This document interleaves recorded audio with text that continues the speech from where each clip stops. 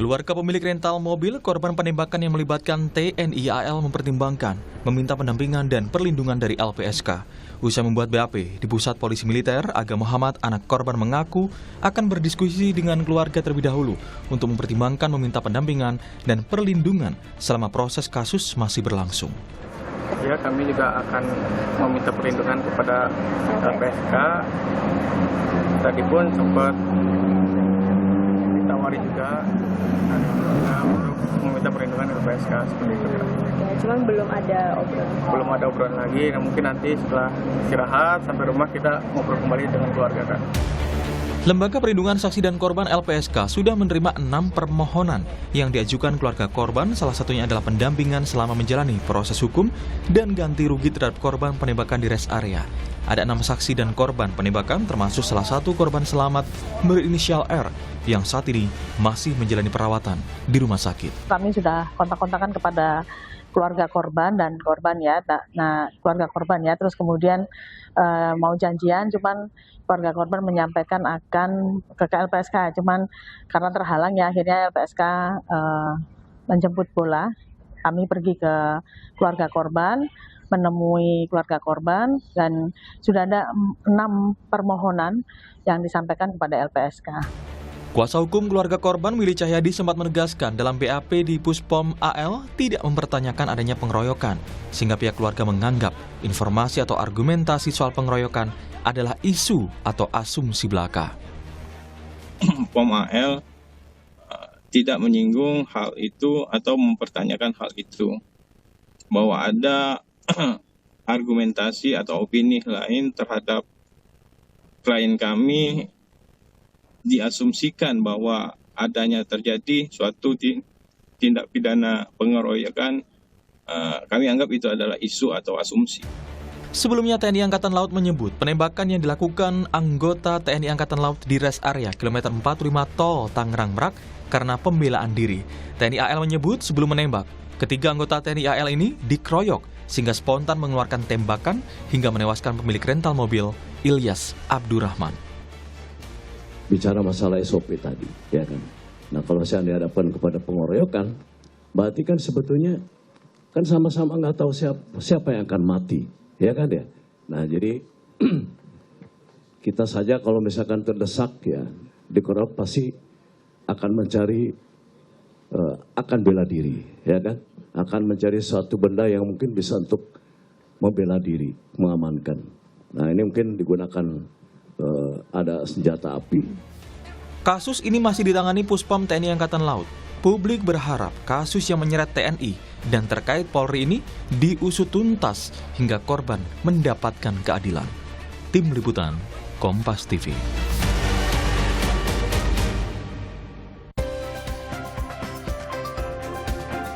Saudara, kasus penembakan bos rental yang melibatkan anggota TNI Angkatan Laut hingga kini terus menuai sorotan. Tidak hanya soal dugaan penolakan anggota polisi saat memburu maling mobil, tapi kasus ini menjadi catatan gelap, terutama tindak pidana yang lagi-lagi menyeret anggota TNI. Yang terbaru, LPSK sudah menerima sejumlah permohonan perlindungan dari korban. Selain itu, publik juga berharap kasus ini dikawal hingga tuntas. Pagi ini kita akan bahas dengan sejumlah narasumber. Di antaranya di studio telah hadir penasihat ahli Kapolri Irjen Purnawirawan Arianto Sutadi. Selamat pagi Pak Arianto Sutadi. Selamat pagi Pak Mario. Terima kasih Pak sudah bergabung di Kompas TV pagi ini. Melalui sambungan Zoom ada Wakil Ketua LPSK Susilan Ningtyas. Selamat pagi Mbak Susilan Ningtyas. Selamat pagi Mas Mario. Terima kasih Mbak sudah bergabung di Kompas TV. Dan juga melalui Zoom ada Rizky Agam, putra dari Ilyas Abdurrahman, korban penembakan di Tol Tangerang Merak. Selamat pagi Mas Rizky, terima kasih sudah bergabung. Ya, terima kasih Bapak Ibu sudah hadir dan juga bergabung di dialog pagi ini. Saya akan ke Mas Rizky terlebih dahulu. Sebelumnya Mas Rizky dari Kompas TV ingin mengucapkan turut berduka cita atas apa yang dialami oleh keluarga. Semoga keluarga selalu ditabahkan selalu dan dikuatkan selalu, Mas.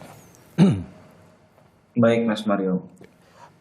Mas Rizky, ini kabarnya sampai saat ini update-nya dari korban sudah membuat laporan meminta perlindungan kepada LPSK. Apa yang bisa Anda update kepada kita hingga terkait dengan permintaan perlindungan ini? Ya, jadi dari LPSK kemarin sudah datang ke rumah kami menjemput bola ya, dan menawarkan perlindungan terhadap kami sebagai saksi. Lalu kemudian ketika kita sudah berdiskusi dengan keluarga dan saksi-saksi yang lain, ya kita menerima perlindungan tersebut. Oke, Mas, saya mengutip pernyataan dari kuasa hukum Anda yang mengatakan Willy Cahyadi telah mengajukan perlindungan kepada LPSK. Namun dirasa ada keperluan sedikit untuk pengajuan perlindungan ini karena ada keperluan sedikit dan adanya keraguan keselamatan dari pihak klien kami. Keraguan keselamatan ini apa maksudnya? Dalam arti bahwa apakah mungkin ada ancaman pada Anda dan juga keluarga? Tidak ada ya, tidak ada, tapi ada rasa kekhawatiran, Mas, seperti itu. Oke, kekhawatiran ini apakah muncul karena ada sesuatu ataukah memang ini antisipasi dulu?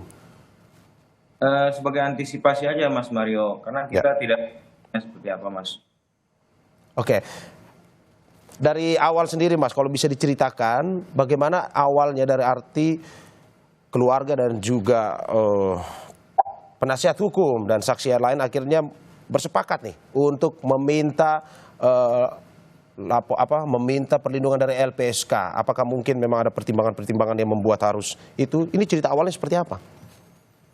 Ya, jadi pada saat itu kemarin ya LPSK mendatangi rumah kami dan menjelaskan bahwa ini dari lembaga negara dan diakui negara, dan menceritakan bahwa LPSK ini melindungi saksi-saksi korban begitu, Mas Mario. Ya.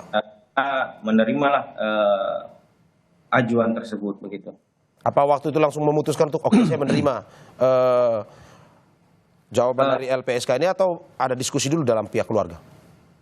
Sebelumnya sebelum hari pengajuan itu kita sudah didatangi LPSK, cuma belum sempat bertemu. Kemudian kami berdiskusi dengan keluarga, akhirnya LPSK datang kembali ke rumah kami dan kami melakukan pengajuan tersebut, Mas Mario. Oke, kalau begitu saya ke Mbak Susi, Wakil Ketua LPSK. Mbak Susi, apa pertimbangannya atau dasar pertimbangannya pada akhirnya Mbak Susi dan juga pihak dari LPSK memberikan ataupun meminta izin kepada pihak keluarga untuk memberikan perlindungan? Iya, selamat pagi Mas Mario. Ya. Selamat pagi Pak Arianto dan Mas Rizky ya. Turut berbelasungkawa Mas Rizky ya terkait meninggalnya bapaknya. Nah, beberapa waktu yang lalu kami melihat pemberitaan ya dari keluarga korban bahwa keluarga korban berkeinginan untuk mengajukan permohonan perlindungan kepada LPSK. Nah, berdasarkan itu, tapi memang pada saat itu belum hadir ya ke LPSK, belum ada komunikasi, sehingga kemudian kami melakukan komunikasi terlebih dahulu, dan akhirnya kami kemarin datang ke sana. Nah, kami melihat bahwa kasus ini banyak dimensinya ya.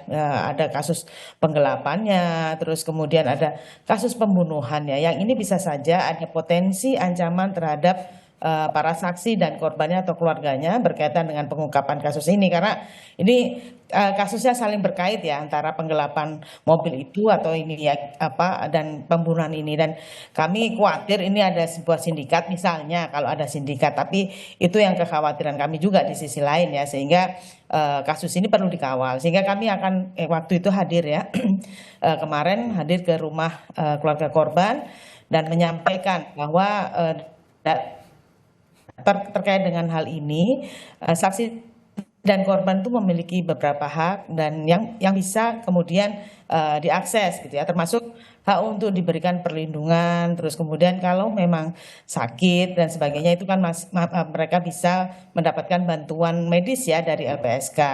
Lebih lanjut, LPSK juga menyampaikan bahwa terkait dengan kondisi korban luka ataupun korban yang meninggal dunia, mereka juga punya hak untuk mendapatkan ganti kerugian yang dibayarkan oleh para pelaku yang dalam hal ini adalah restitusi. Nah, berkenaan dengan itu terus kemudian keluarga korban memutuskan ya mengajukan permohonan ke LPSK. Sampai saat ini sudah ada 7 orang, Mas Mario, yang mengajukan permohonan perlindungan kepada LPSK. Ya, oke, Mbak, kalau untuk di kasus ini sendiri, Anda tadi mengatakan bahwa ini ya Pada akhirnya LPSK memberikan perlindungan kepada keluarga. Tapi kalau melihat bahwa terkait dengan kasus ini, apakah mungkin pertimbangan LPSK itu melihat ada mungkin saja 1%, 2%, sekecil apapun, ada potensi-potensi yang memang mungkin akhirnya bisa merugikan korban sehingga diberikan perlindungan? Iya, selain tadi saya sampaikan ada haknya, nah ini kami juga memandang bisa saja ada potensi-potensi yang bisa mengancam, kita tidak tahu ya, karena ini kan kemarin kan ada proses yang kemudian melaporkan aparat penegak hukum, karena kemudian aparat penegak hukum tidak bersedia untuk membantu para saksi korban ini dalam mengambil mobil dan sebagainya. Ini kan kami melihat ini ada situasi yang perlu dibuka ya, masalah kasus yang ini secara lebih luas, dan mungkin bisa saja dari kasus ini terbukalah semua kasus ini, dan bisa saja informasi yang disampaikan oleh para saksi dan korban itu bisa kemudian beresiko kepada mereka. Tetapi ini masih penelaahan awal dari LPSK, jadi memang masih belum kami berikan perlindungan, ini masih penelaahan awal. Namun demikian, kalau memang ada ancaman secara faktual kepada para saksi dan korban, bisa kita berikan perlindungan secara darurat. Seperti itu, Mas Mario. Oke, untuk di kasus ini sendiri, Bu, apakah memang hanya kepada keluarga ataupun mungkin juga para saksi yang diberikan perlindungan dari pertimbangan yang dilakukan oleh LPSK sendiri? Ya, jadi dari kasus ini tadi saya sampaikan sudah ada 7 orang. Ya. Nah, ini terdiri dari ada korbannya sendiri, ada yang mengajukan bantuan dan perlindungan, gitu ya. Terus kemudian ada keluarga korban, terus juga ada yang para saksinya. Jadi sudah ada beberapa orang saksi dan korban termasuk juga keluarga korban yang mewakili korban yang meninggal dunia. Oke, saya ke penasihat ahli Kapolri, Pak Arianto tadi. Pak Arianto, ya. Melihat kasus ini berjalan hingga saat ini, bagaimana atensi Kapolri? Ya, terima kasih pertama kali saya sebelum memberikan komen ya, saya mengucapkan mohon maaf, melanjutkan Pak Kapolri ya, mohon maaf karena belum bisa memberikan perlindungan yang maksimal kepada masyarakat. Ya. Dan saya kesempatan ini juga menyampaikan juga bela sungkawa pada keluarga yang wafat karena itu. Dan kebanyakan ini kan berita ini adalah ayahnya Pak Fikri itu yang tertembak meninggal kemudian karena polisi dimintai bantuan menolak waktu itu, sehingga semua kan serangannya kepada polisi dan menyalahkan, termasuk saya sendiri. Waduh, saya dibully habis-habisan. Karena padahal tujuan saya adalah ingin menerangkan bahwa ketika para korban itu datang kepada polisi kan dia minta bantuan pengawalan ya, pengawalan untuk kemudian supaya bisa mengambil kendaraan dari orang yang nyewa itu. Nah, kemudian waktu itu kan karena pagi-pagi malam, sehingga bantuan yang diambil itu yang diminta kan mungkin akan menyita kendaraan dan sebagainya. Nah, sehingga dalam prosedur itu polisi pasti akan berikan bantuannya, mesti dilihat dulu. Kalau untuk upaya paksa dia harus punya bukti yang kuat untuk melakukan penindakan hukum itu. Nah, makanya itu dia minta. Tapi kemudian kan yang terjadi tidak begitu ya. Oke lah, itu risiko daripada polisi ya Pak. Ya, dia bekerja dengan baik belum tentu disanjung, bekerja dengan apalagi yang ini. Tapi dalam kasus ini Bapak Kapolri sudah menyatakan, menurut hemat saya, beliau betul-betul sangat cepat tindakannya. Yang pertama kali kemarin buktinya si Kapolsek itu kan kemudian sudah dimutasi Pak. Dimutasinya di Yanma, berarti dia proses pemeriksaan ya? Iya, untuk proses pemeriksaan. Intinya adalah bahwa Pak Kapolri untuk menuntaskan kasus ini kan sekarang perkaranya kan apa? Satu perkara pembunuhan oleh anggota TNI. Berarti itu yang akan menyelesaikan kasusnya itu adalah nanti dari POM. Nah, kemudian yang kedua, apakah Pak Kapolsek itu membiarkan orang sehingga terjadi satu kecelakaan itu gitu kan? Makanya ini Polseknya juga harus diperiksa sekarang ini. Jadi semua tugas yang itu akan diperiksa. Jadi intinya apa ya, dengan kejadian apapun yang terjadi yang itu masuk dalam ranah polisi, Bapak Kapolri sebetulnya sudah menegaskan sesuai dengan presisi yang dijanjikan itu ya. Dia sudah maksimal ingin memberikan pelayanan yang terbaik dan penegakan hukum yang profesional gitu. Tetapi dinamika yang terjadi di lapangan itu kadang-kadang kita memang dihadapkan pada pilihan yang sulit. Seperti kemarin itu, ketika mau memberikan pelayanan itu, kalau dari tugas pokok polisi sebagai pelayan masyarakat, dia harus mendahulukan dengan risiko apapun kan gitu kan. Harusnya. Kalau ditinjau dari segi pelayanan. Oke. Ya, tapi pelayanan yang mana dulu? Ya. Gitu harus dilihat. Kalau pelayanannya itu berupa harus merampas barang, itu kan berarti sudah bukan pelayanan, tapi itu termasuk dalam penegakan hukum ya. Nah, itu harus didasari dengan alasan yang kuat sehingga kita tidak diprotes nanti seandainya terjadi yang negatif sebaliknya gitu. Ya, oke. Tapi kan Pak, dari tugas polisi kan sebenarnya memang tidak ada keharusan untuk menolak sebenarnya. Maksudnya dalam arti bahwa polisi perlu mendalami kasus tersebut bukan langsung menolak. Ini tanggapan Anda seperti apa? Kemarin disebutkan dengan menolak gitu lah. Tapi sebetulnya yang terjadi bukan menolak, Pak. Begini, polisi didatangi orang minta bantuan, Pak tolong saya diantar untuk ngambil mobil saya. Kan gitu kan. Nah, kan polisi harus membantu dong. Ya, betul. Tapi membantu apa? Itu kan membantu mengambil mobil gitu kan. Betul. Nah, terus kemudian kalau membantu mengambil mobil berarti itu harus seakan-akan namanya penyitaan kan. Ya. Nah, untuk penyitaan itu namanya sudah upaya paksa. Oke. Jadi polisi pasti Kapolseknya waktu itu kan memberikan perintah supaya ada laporannya enggak, duduk perkaranya apa. Itu yang diminta kan. Tapi kan itu tidak disampaikan karena buru-buru pengen ngejar ketangkepnya itu. Itulah makanya dia mengelak bahwa dia tidak menolak. Tetapi dia tidak bisa melakukan tindakan apabila tidak didasarkan pada alat dasar hukum yang kuat untuk melaksanakan. Inilah Pak, jadi dilema di dalam tugas polisi antara penegak hukum dengan pelayanan itu. Di satu sisi pelayanan harus cepat-cepat apapun yang terjadi, tapi penegakan hukum harus clear dasarnya itu supaya tidak salah tindak. Kira-kira gitu masalahnya. Tahan dulu Pak Arianto. Saya ke Mas Rizky. Mas Rizky, bagaimana menanggapi Pak Arianto yang mengatakan bahwa sebenarnya tidak ada penolakan? Anda sebagai pihak yang ada saat itu, bagaimana cerita sebenarnya? Ya, saya sangat tidak setuju ya dengan pernyataan Pak Arianto. Bukan penolakan, memang jelas di situ penolakan. Karena yang kita melaporkan itu bukan hanya semata-mata penggelapan mobil. Ini ada upaya pengancaman pada saat disakiti yang sudah menodongkan pistol. Maka dari laporan itu pun harusnya tidak ada alasan untuk menolak laporan kami. Pak Mario ini sudah urgensi dan sudah mengancam nyawa seorang, berarti kan sudah termasuk suatu tindak pidana, Mas Mario, begitu. Ya. Oke, bahwa tidak ada penolakan saat itu ya. Yang terjadi bahwa memang polisi, kalau yang Anda mau bilang bahwa polisi memang tidak menerima laporan Anda, sehingga akhirnya Anda dan almarhum ayah Anda langsung melakukan tindakan karena memang tidak diterima saat itu ya? Ya, ketika kami mendapat penolakan pendampingan tersebut, ya dari pihak Polsek pun menyarankan kami untuk membawa mobil kami sendiri. Lalu pada saat kami sudah membawa mobil kami, barulah mobil kami itu dibawa ke Polsek Cinangka untuk diproses. Kan ini tidak masuk logika ya. Padahal kita sudah menjelaskan ke petugas piket pada malam itu bahwa yang membawa mobil kami itu membawa senjata api, Mas Mario. Dan ketika itu ditanyakan seperti apakah petugas piket malam itu menanyakan seperti apakah ciri-ciri senjata api itu.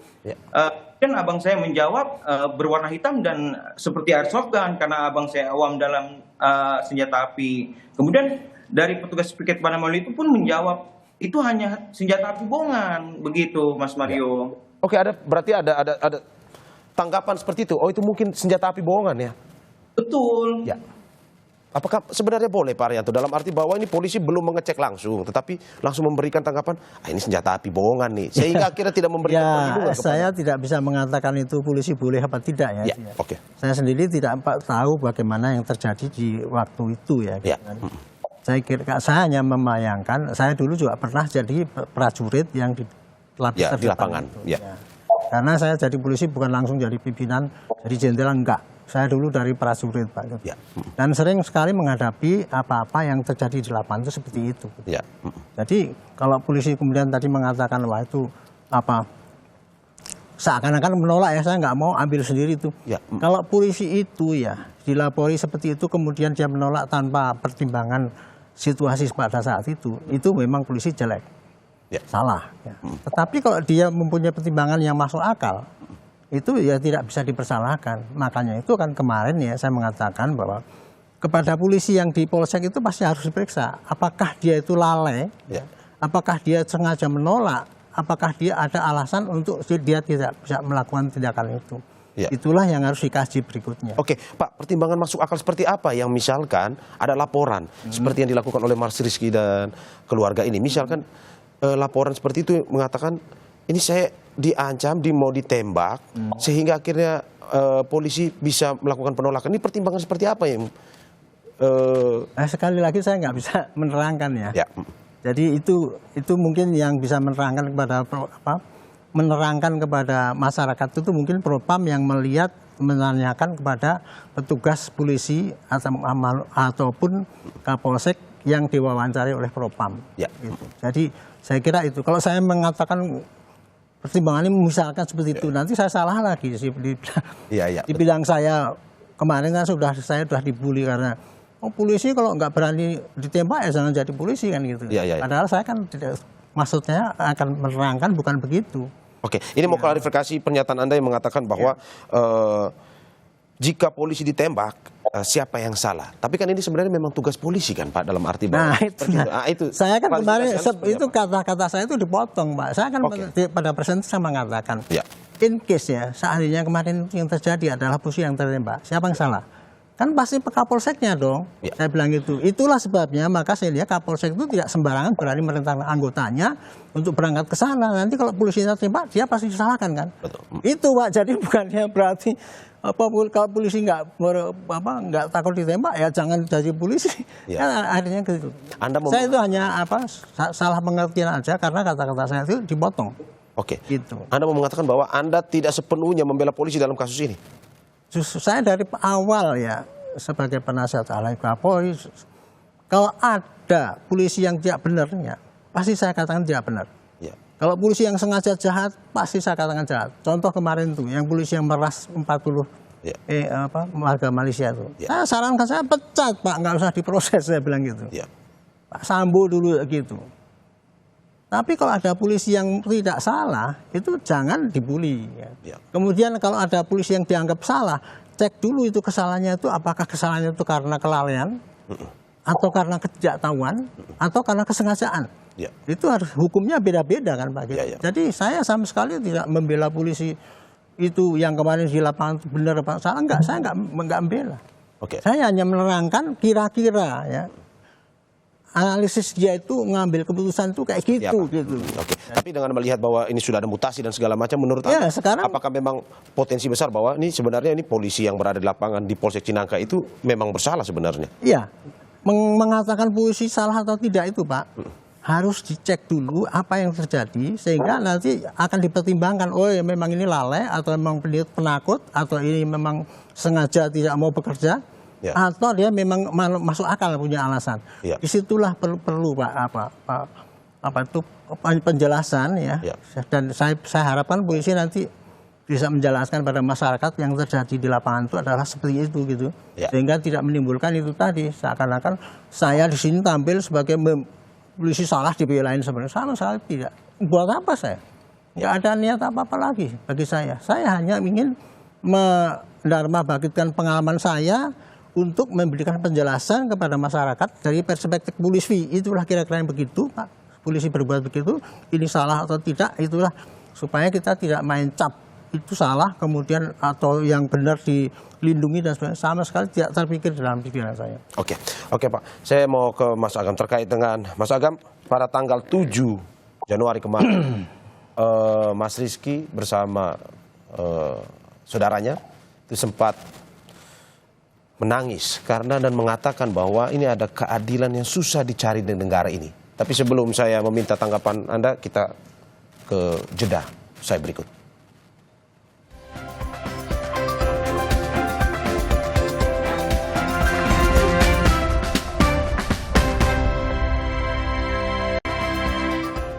Terima kasih masih di Sapa Indonesia Pagi bersama saya Mario Sarong dan juga dengan narasumber saya penasihat ahli Kapolri Irjen Purnawan Arianto Sutadi, Pak, dan Wakil Ketua LPSK Susila Ningtyas dan juga Rizky Agam, putra dari Ilyas Abdurrahman, korban penembakan di Tol Tangerang Merak. Saya ke Mas Rizky dulu. Mas Rizky, pada tanggal 7 Januari ini Anda bersama saudara Anda sedih dengan sambil mengatakan bahwa ini susahnya mencari keadilan di negara ini. Apa yang Anda mau sampaikan sebenarnya? Bahwa ini Anda bersama saudara Anda kemana-mana, tetapi juga dibantah dengan pernyataan yang menurut Anda ini tidak sesuai fakta. Apa yang Anda mau sampaikan sebenarnya? Ya, pada saat preskon itu saya hadir di Pangku Armada itu, dan saya di samping itu mendengarkan bahwa terjadinya pengeroyokan 15 orang. Padahal ini sangat menggiring opini sekali, Mas Mario. Ketika orang kita mengamankan orang tersebut pun bisa dilihat pada CCTV begitu, dan kita bukan melakukan pengeroyokan tapi mengamankan orang yang sebelumnya menodongkan pistol terhadap kami di waktu kejadian di Saketi, Pak Mario. Tentu munculnya narasi kill or to be killed. Ini saya masih trauma, Mas Mario. Saya sangat sakit hati sekali mendengar kata itu, membunuh atau dibunuh. Ini rasanya tidak pantas dihadapkan terhadap kami rakyat biasa, tidak dibekali dengan senjata. Harusnya narasi tersebut boleh dikatakan begitu ketika berhadapan dengan pembegal, teroris, begitu Mas Mario. Anda mau mengatakan sakit hati ini karena Anda malam itu berada bersama almarhum ayah Anda, ya? Saya yang berada di lokasi, saya yang memvideokan, saya melihat kematian ayah saya, Mas Mario. Kejadian ini sangat keji sekali untuk penembak ayah saya. Bayangkan Mas Mario boleh cek CCTV, itu pelaku penembak itu sambil merokok, sambil menembakkan dada ke arah ayah saya. Saya sakit hati sekali, Mas Mario, melihat video tersebut.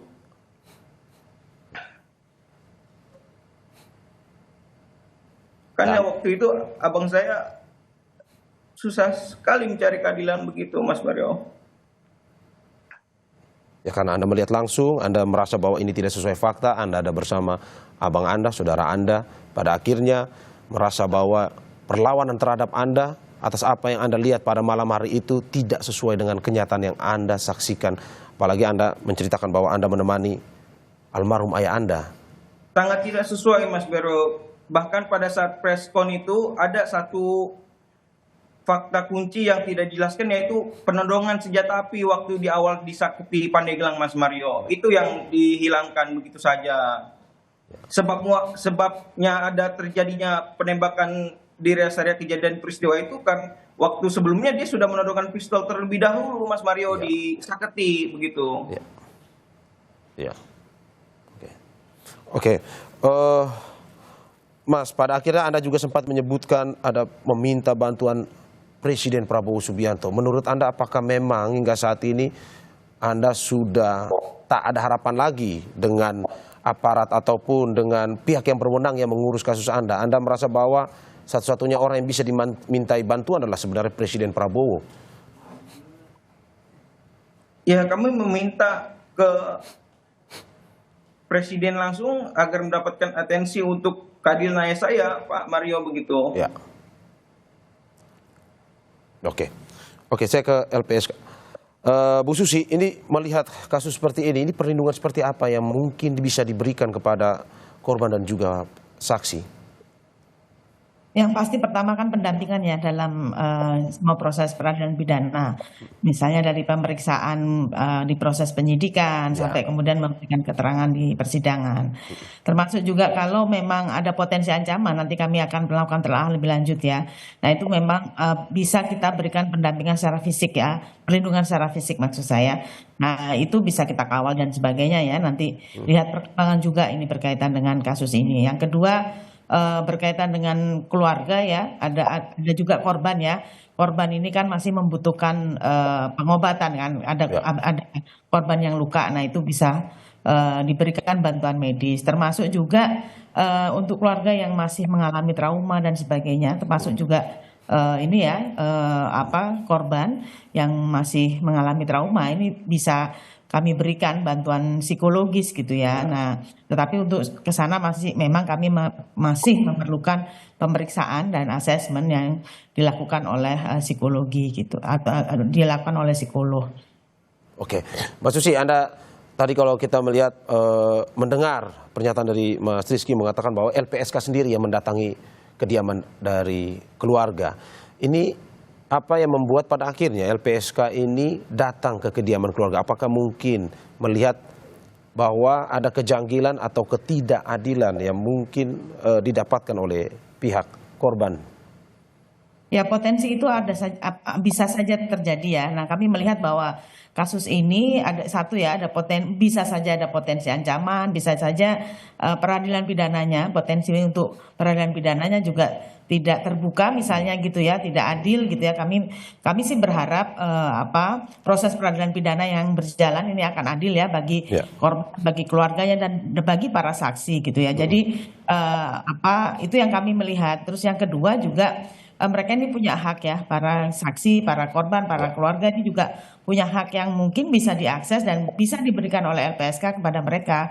Sehingga dengan diberikannya perlindungan, mereka ini akan mengungkap kejahatan ini dengan secara lebih nyaman, lebih aman, sehingga kasus ini terbuka dengan terang benderang gitu ya. Jadi tidak lagi karena tidak ada kehadiran saksi dan korban untuk speak up di pengadilan atau di pemeriksaan penyidikan, itu kemudian tidak terang. Nah, dengan perlindungan LPSK harapannya kasus ini jauh lebih terang dan bisa membuka problem terbesar dari soal penggelapan mobil itu ya, misalnya kan nih kalau tidak salah ada mobil bodong dan sebagainya. Ini kan bagaimana sih situasinya gitu loh. Terus yang kedua termasuk juga kasus pembunuhannya. Tadi kan ada simpang siur bahkan yang disampaikan oleh Mas Rizky berkaitan dengan pengeroyokan saja. Ini kan kami memandang ternyata nggak ada pengeroyokan. Nah ini dengan diberikannya perlindungan pada LPSK, harapannya sefakta yang ada, yang nyata terjadi itu memang terbuka dengan benar gitu.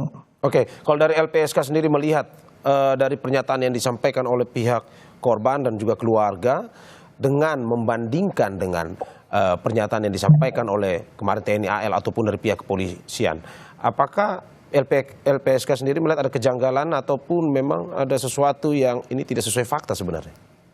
Ya, yang pasti tadi pernyataan dari Mas Rizky dan para saksi yang sudah berkomunikasi dengan LPSK sama gitu ya. Terus kemudian ini didukung juga dengan CCTV yang ada gitu. Jadi nanti biar pengadilan yang akan membuktikan gitu ya pernyataan mana yang benar, karena pernyataan dari para saksi, para keluarga korban itu sesuai dengan CCTV yang ada. Tapi namun demikian ini perlu dibuktikan lagi ya dengan di pengadilan dan sebagainya gitu.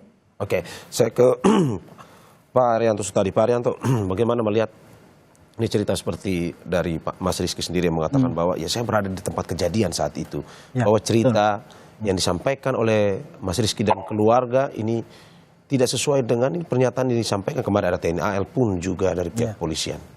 Saya bisa membaca ya betapa sangat sakitnya Pak Rizky itu ya. Sudah kehilangan orang tuanya, ditembak dengan senjata api, kemudian dia malah dituduh itu karena dikeroyok kan yang nembak itu. Makanya itu saya bilang keadilan yang dituntut oleh Pak Rizky itu pasti dia ingin menuntut keadilan, yaitu siapa saja yang ikut terlibat sehingga meninggalnya ayahnya itu kan. Siapa yang menembak itu harus dihukum dengan ininya. Polisi yang membiarkan sehingga ayahnya tidak terlindungi juga harus diadili dan sebagainya.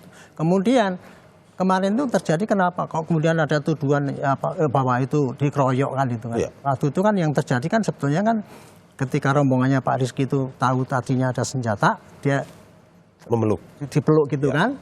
Tapi ternyata yang membawa senjata orang lain kan menembak kayak gitu. Itu yang terjadi kayak gitu. Jadi saya pikir ya ini kuncinya adalah tinggal tolong ini kasus ini dibuka lebar-lebar yang terjadi di lapangan apa gitu. Sehingga publik akan tahu ini kejadiannya seperti itu dan kepada yang bersalah sudah dikenakan hukuman apa tidak. Jangan nanti kemudian ditutup-tutupi persidangan itu tadi. Apalagi tadi saksi-saksi tidak dimajukan sesuai dengan saksi-saksi untuk membuktikan apa yang diterangkan oleh Pak Rizky itu tadi. Itu pesan saya pada LPSK Ibu, tolong kawal kasus ini, jangan sampai nanti Pak Rizky ini dirugikan. Haknya dia untuk menyampaikan informasi bahwa mereka itu benar ya, mereka itu korban, itu jangan sampai nanti disaring sehingga di pengadilan tidak muncul. Nanti itu haknya tidak keadilan nggak akan sampai tercapai. Biasanya yang saya sering lihat kayak gini itu di dalam persidangan itu penyidik ataupun penyidik polisi ataupun penyidik TNI militer, kebanyakan dia pasti akan menutupi aib institusinya kan, gitu. Sehingga dia akan menutup-nutupi dengan cara yang wajar ataupun kemudian menghilangkan keterangan-keterangan yang sengaja sehingga tidak bisa membuka apa yang terjadi. Itu pesan saya gitu. Jadi ini ya, keadilan yang dituntut oleh Pak Rizky ini adalah siapa yang mengakibatkan ayahnya wafat itu harus diproses sesuai dengan bobot kesalahan yang dilakukan oleh mereka. Dalam hal ini saya juga ingin menyampaikan ya, Pak Kapolri di dalam presisinya itu mengatakan sebagai menjadi polisi yang humanis, penegak hukum yang berkeadilan. Dia pakai semangat itu. Ya, jadi semangat itu sudah ada di polisi ya, walaupun prakteknya di lapangan masih beda-beda kan gitu penafsirannya gitu. Tapi intinya dari kasus ini saya menurut hemat saya inilah contoh satu kasus ya, bahwa apa yang terjadi di lapangan itu memang sangat rumit untuk polisi itu. Antara tugas melayani dengan cepat dan tugas penegakan hukum yang harus profesional. Dan kemudian antara kepentingan melindungi masyarakat dari suatu ancaman atau kepentingan melindungi anak buah yang supaya selamat di dalam tugas. Itu sama juga semua yang harus diperhitungkan oleh seorang komandan. Tapi saya senang ya karena apa? Kepada polisi yang terlibat di situ dalam tanda petik ya, dari Kapolsek itu semua sekarang sudah diperiksa untuk dicari apakah dia salah apa tidak, dan kemudian dari POM juga sudah langsung Pak Panglima TNI langsung sudah saya tangkap dan akan diproses gitu kan.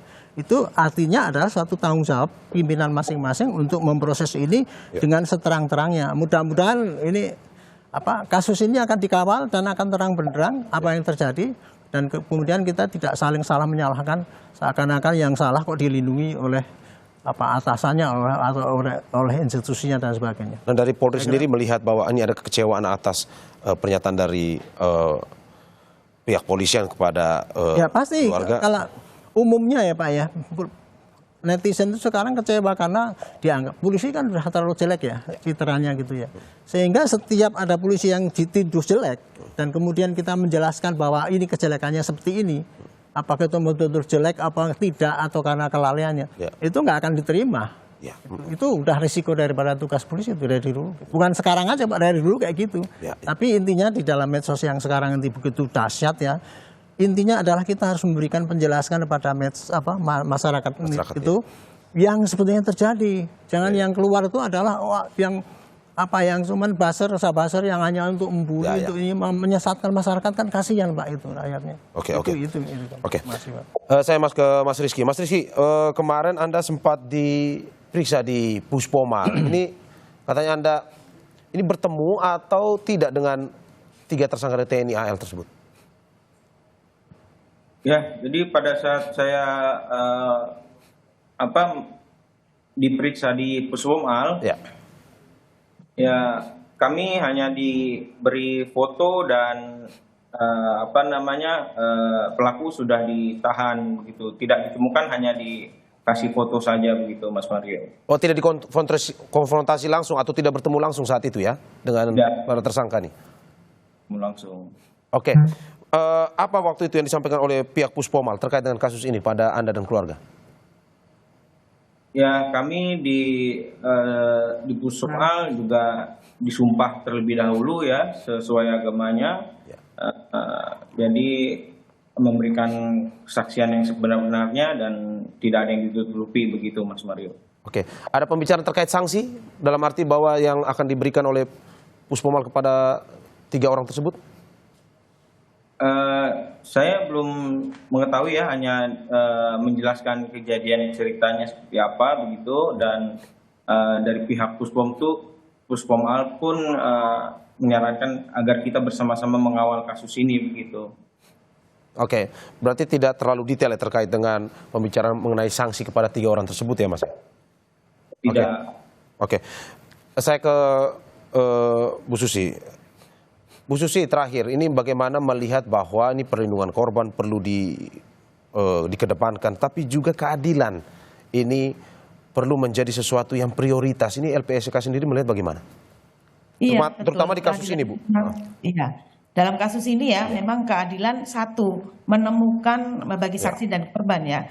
Ini menemukan kebenaran fakta yang mereka ketahui. Ini salah satu hal yang mereka inginkan, yang mereka butuhkan. Ini yang itu adalah adil bagi mereka. Yang kedua adalah proses hukum itu sendiri gitu, bagaimana kemudian proses hukum ini berjalan dengan fairness gitu ya. Terus kemudian bagaimana proses hukum ini kemudian menjerat para pelakunya dengan tindak pidana yang dengan pidana yang sesuai gitu ya. Terus yang berikutnya adalah ini ya, kasus ini kan menurut saya tidak hanya pembunuhan ya, tapi ada kasus penggelapan.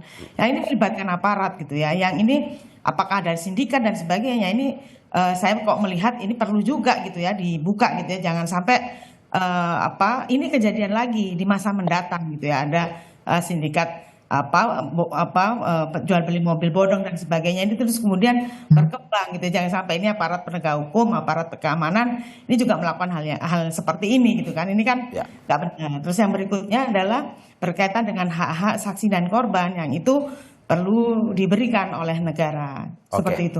Oke, saya terakhir ke Pak Arianto. Pak Arianto, ini terkait dengan citra Polri ke depan, terkait ini terutama juga dengan kasus ini maupun kasus-kasus lainnya. Bagaimana pada akhirnya Polri lebih optimal dalam menjalankan, terutama dalam memberikan rasa aman kepada masyarakat. Atau mungkin juga ingin menyampaikan kepada Mas Rizky bahwa ya Kapolri sendiri sudah memberikan atensi langsung terkait dengan kasus. Terima kasih nih Pak Kompas memberikan kesempatan pada saya untuk menyampaikan isi hati ya itu. Saya sekali lagi mengucapkan mohon maaf kalau polisi selama ini tidak bisa memberikan pelayanan yang baik.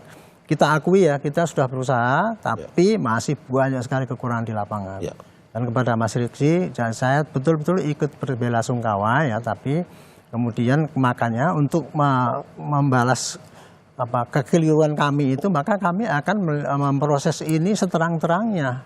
Itu tadi seperti tadi diingatkan oleh Ibu dari LPSK itu, saya terima kasih bahwa kasus ini yang terjadi bukan hanya kasus penembakan kemudian penolakan laporan, tapi juga ada kasus penggelapan barang itu, dan itu sudah merupakan sindikat. Ini yang harusnya diungkap juga gitu.